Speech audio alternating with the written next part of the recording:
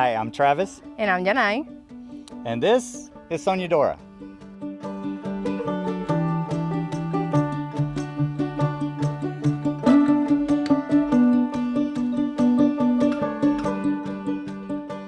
All right, so welcome into the interior. So to start off with, we will start with the kitchen, as that's right where I'm at. So originally here, this is not what it looked like. The original microwave had died before the renovations. This is an all-new microwave that we had to get and place in. The original microwave and stove had the control panel that was originally set up on the vent, which we have repurposed it up there for the time being, to where we have our panel up here. And the stove that we ended up going with, the original one was only a 2-burner stove, even though the space is large enough for a 3-burner stove, and went with a little bit deeper stove because somebody wants to still be able to use the oven. And since Yanai wants to be able to use the oven, we changed out the cabinet here. This cabinet used to be a drop-down cabinet with a little bit of pot space, but not very much. So we went with a deeper one so we get more of a little bit more space in there to actually be able to cook with, and just rotated how the drawer is into now a door. All right, so the refrigerator is still the same factory 7 cubic foot for refrigerator.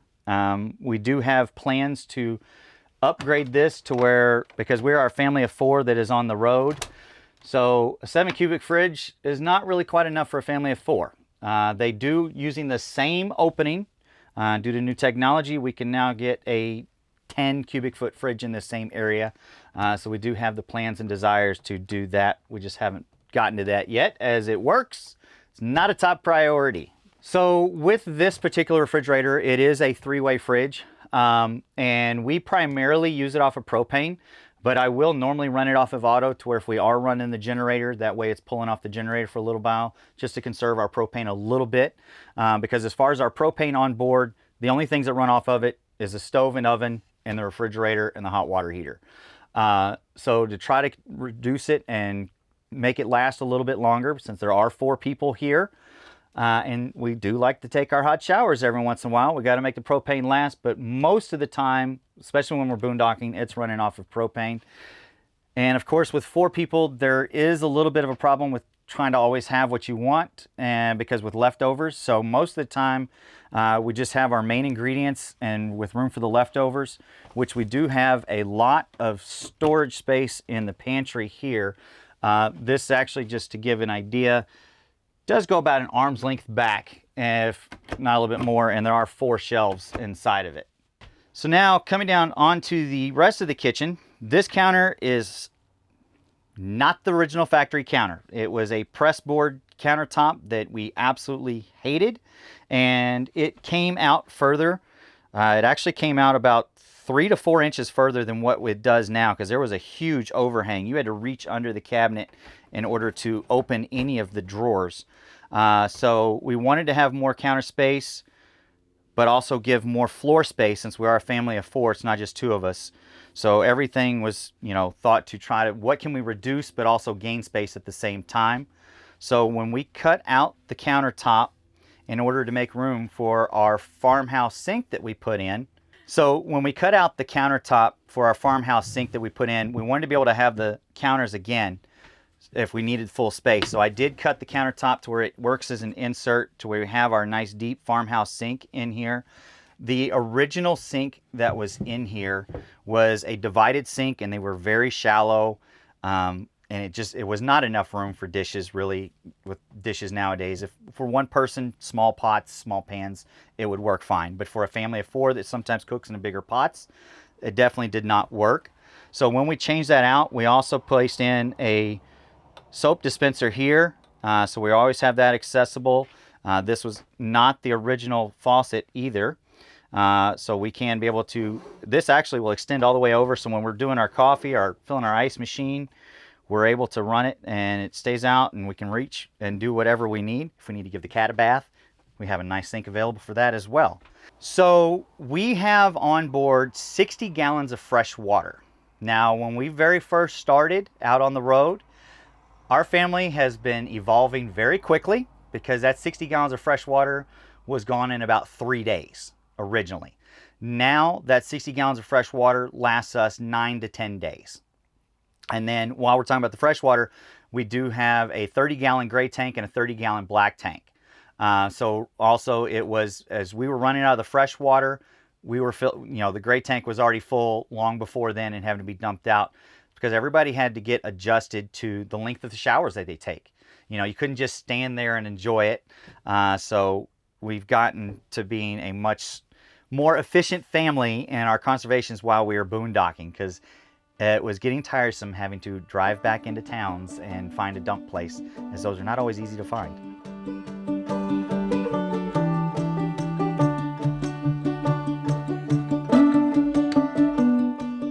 So, my dad died like 2 years ago, and I needed a project to get my head out of that process.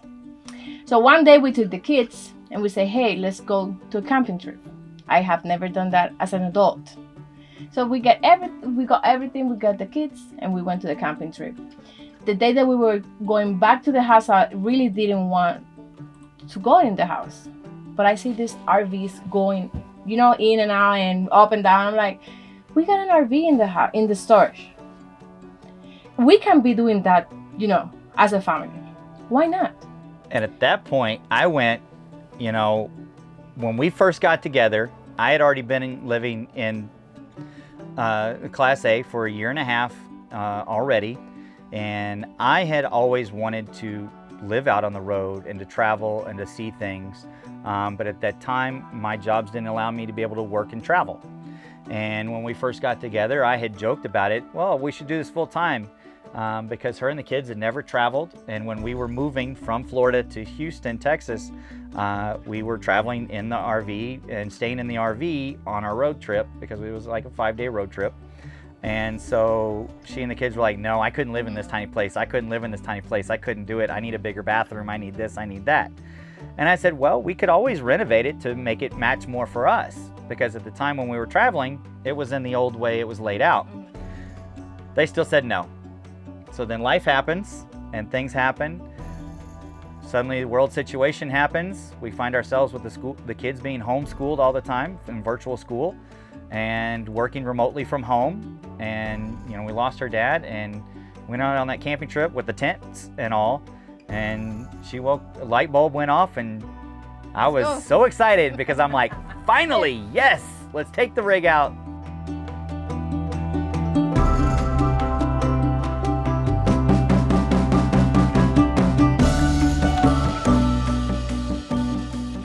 All right, so now on this side, up in here, we have our storage that is mostly for the kids' school supplies and puzzles and some crafting items for the kids with their school stuff. Now, over here, we have, originally, this was a dinette set. So we had a bench here, and then the dinette table here that you could fold down, and it ended up with like a full-size bed. Which it didn't really come all the way out. It actually stopped like right about in here on the wall. And then under each one of those, there was pull-out drawers. We knew we needed something different with doing for the kids. So what we ended up doing is I built this bench.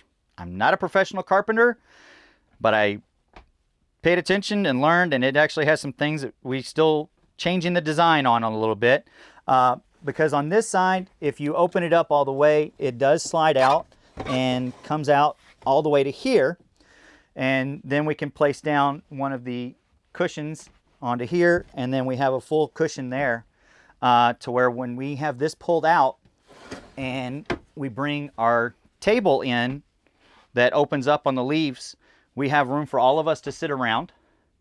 And the rest of the time, the bed just pulls out when it's time to go to sleep. And Yanai has a nice big bed that when it's all the way out, he has it all the way out. And it's nicely set up, plenty of room for him. And underneath both of these, this one will tilt up and this will tilt up as well. There's full storage under this that gives us more storage space than what was under the two benches prior. All right, so starting off, we have our drop leaf table that I was just mentioning a minute ago. So this table will pull out, and sometimes the kids will use it as for their school stuff. We are now all the way in the front of the nose of the rig, and when this pulls out, we can use it over by Yanai's bed for the kids to use, or we can even bring it up here, and one kid will be sitting on one side, one will be sitting on the other, and the leaf will come open there to where we still have the rest of the living room area and kitchen to be doing stuff if we need to be. Now, for Diami's bed, we actually ended up getting an IKEA futon, is what we ended up going with here, because originally there was a pull-out hide-a-bed here that we did not like. It went all the way underneath to the kitchen counter and came all the way up here. And it was so much on the bulky arms of it that we lost any kind of space. Really, it was, the bed itself was the same space as what this bed is, as far as for the width of it, but it didn't come out as far. Diami's bed does come all the way out to here, so she has a full length and full size bed here that she has available to use. And up in here we store more of our dishes and stuff in here that we have. All of the square cutouts in the cabinets, Yanai actually took them out and recoated them herself, along with the cushions that were on Yanai's bed. Yanai did all of that as well. We have mounted on the outside here our cell phone booster, to where if we need it, we can kick it out as well. And that tower is on the back side of the rig. So right now we're working on running the wiring for the satellite. It does come down in through here for placement because of where all the other antenna wires were running on the roof. So we brought those in down on this side, and it's going to run over into here, because here above the TV that we have mounted here, this TV mount will come out all the way to where we can actually rotate it. I do have to undo the bolts, but we can actually rotate it out, and it faces straight back this way. So if we're all having dinner as a family, we can choose to watch the TV without anybody's necks breaking. But up and in here, we have all of the electronics, the Xbox, the PlayStation. You know, we got teenagers, we got it all. But we have all of that in here, keeping our VR set and everything as well. Just a temporary thing that we have set up for now, as we are transitioning into working to get to solar. When we don't run the generator, we have to still have some kind of power for little bitty things. So we've placed a little inverter that drops right down into the battery bank that's under here, on the floor right here, to where we just plug in right there for all the little stuff that we need to do. So now for the rest of the front area, this is not the original color of the chairs. Originally they were the same color as this carpet that's down here on this doghouse, but Yanai decided she wanted to try to make them match the blue that goes throughout, and so she got some fabric paint painted on them. We have not been really satisfied with the results that we got as far as the longevity of it. It worked great for the coloration. Now, we didn't probably put as many coats as we could have, that maybe would have made it last a little bit longer, but it's still one of those things that we're working on. She might end up just recovering them. Who knows? We'll have to find out what she actually decides to do, or we just repaint them again.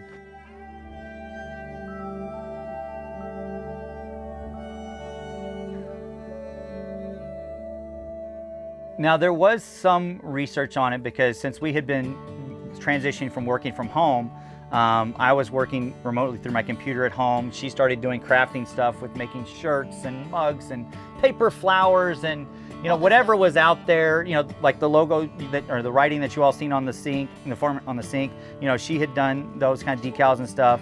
And in order to get the kids involved and feeling more excited about it, while watching through some of the DIY videos and stuff that are out there on the internet, I started showing them some other families out between Instagram and YouTube and things that were out there as well, and how their kids were involved. And so one of the things that became a side project to doing all of this was developing our own channel as a hobby. We decided we weren't going to do it as like, this is what has to be happening, or this has to be our income source. It was let's document and just show folks that no matter what your life situation is, if it is your dream to do that, then you do what you have to, no matter what the steps are, no matter what kind of rig or setup you have. No matter what is happening in the world, if you want to do it, go ahead and make the steps. It might take you a couple years or it might take you a couple weeks, depending upon your resources and your mindsets. And so we started documenting and putting some of the stuff out there. We stopped for a while because during some of our renovations, we started having some issues with my dad. He ended up getting sick, and so we took a hiatus from, we were recording all of our stuff, but we weren't publishing anything anymore because I wasn't in the right mindset for that. But we were still working on the renovations. We were still working on doing the stuff to stay busy.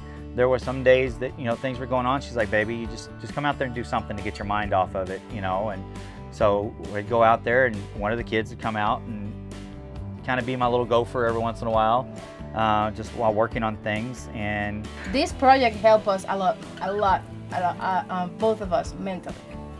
I was grieving my dad, he was grieving his, and the RV take us out of that pain, and we convert that pain in this, you know, and we're still working on, but yeah.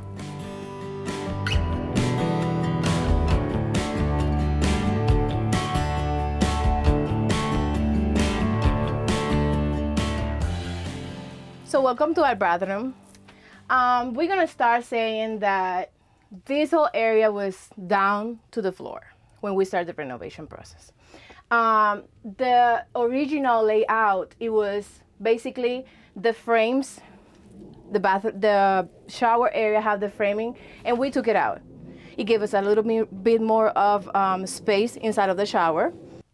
In the shower, we came out with the basin, and what we did was Travis took out the original tubing that it was inside, and actually now we can fit a taller person over here. In the inside, we decided to leave the skylight on. I love the skylight, and we changed the shower head and everything. Put in mind that this whole area was in the floor, literally. In here, in the sink area, we changed the sink. This is a new, totally our design and desire. We wanted to have this kind of sink, shower, the sink head, and all this area was totally new. Here we got the bathroom closet, and here we got one of the kids' closet plus drawers. Here, our jug, because right now we are most boondocking. We always have this full in case of anything, or we run out of water. So we always have this available for us. So behind this door, we got our toilet. And actually, even though the RV had their original toilet, we get one new just because I'm that picky. So we found it super cheaper.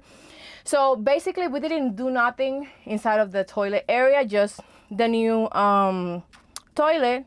And we storage here our mop and our towels. So moving back to the RV, it came original with the RV. So what we did here, we give our daughter this big whole closet.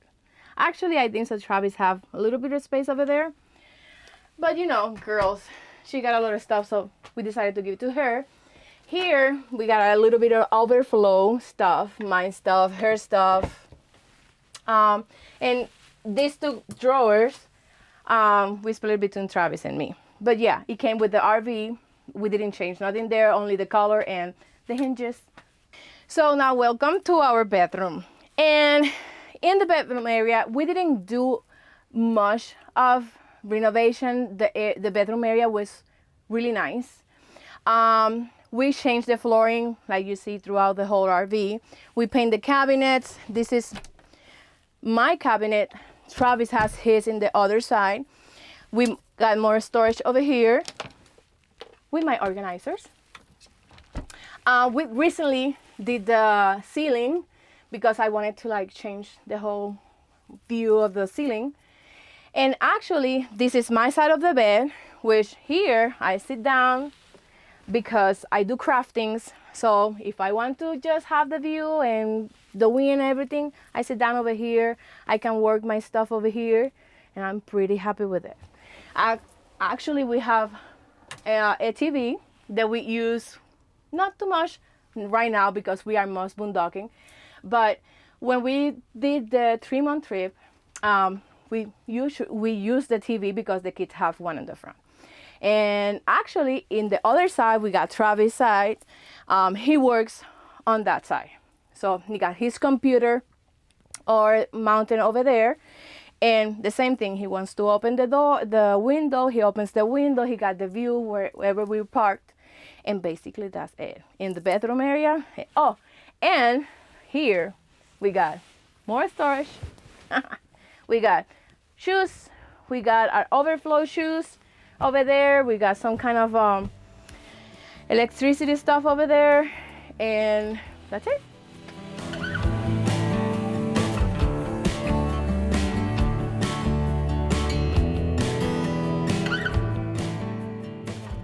You know, a lot of friends had warned us that be warned, you know, you will reach a point where it's going to seem very daunting and it's going to terrify you, and you're not going to know if you can actually get through this or not. And But happens. It happens. if you just keep pushing forward, they said once you hit that wall, don't just stop. Do something every day. Even if it's only 30 minutes, do something every day that's for your project. You know, take it little piece by little piece and to get through those humps until you can tackle the big projects again. And then the other hardest part was just listening to each other when we each have an idea, because one has one approach and the other has another approach as to what they think needs to be done first to get that final picture. Because we both basically had the same exact final image in our heads. It was painful, but it was fun, and it teaches us a lot. Yeah, and I think no matter how hard it was, you know, on a scale of 1 to 10, no matter how much you say a 10 or a 20 or a 100 or whatever, I would do it all over again. Yeah. Now, there might be some of the projects that I might change how we did it, but as far as actually doing it as a whole, I would do it all over again. Thank you for watching us. You can find us on Instagram, Facebook, TikTok, YouTube. And you're going to see the links in the description box. So thank you for watching us. I hope this tour can bring you an idea how fun and interesting can RV life can be. Absolutely. That's part of the reasons why that, you know, I, Travis, and this is Yanai, ended up calling ourselves Dream on Wheels, because these wheels carry all of our dreams everywhere we go. Remember, follow your dreams. No matter how they are and what they are, follow your dreams.